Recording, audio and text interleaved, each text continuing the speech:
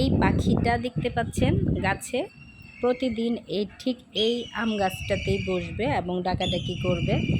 আর সে কোথা থেকে যেন খাবার নিয়ে আসে, যেমন মুরগির বা মানে নাড়ি ভুড়ি বা কী জানি খাবার সে কোথা থেকে জোগাড় করে এই মানে গাছটার উপরে রাখে এবং মুখে করে সেই খাবারটা নিয়ে কোথায় যেন রেখে আসে, ওর বাসায় বোধহয় রেখে আসে, আবার এখানেই আসে। দেখা যায় যে দিনের অধিকাংশ সময় এখানেই থাকে। ওর একজন পুরুষ সঙ্গীও আছে।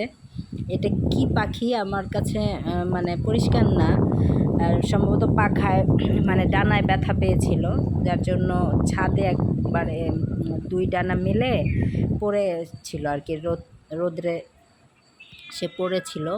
পরে ভাবছিলাম পাখিটা কি অসুস্থ হয়ে গেল, পরে দেখি যে না, সে উঠে উড়ে যেতে পেরেছে।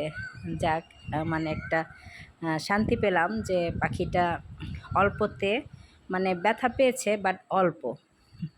খুব সুন্দর না দৃশ্যটা?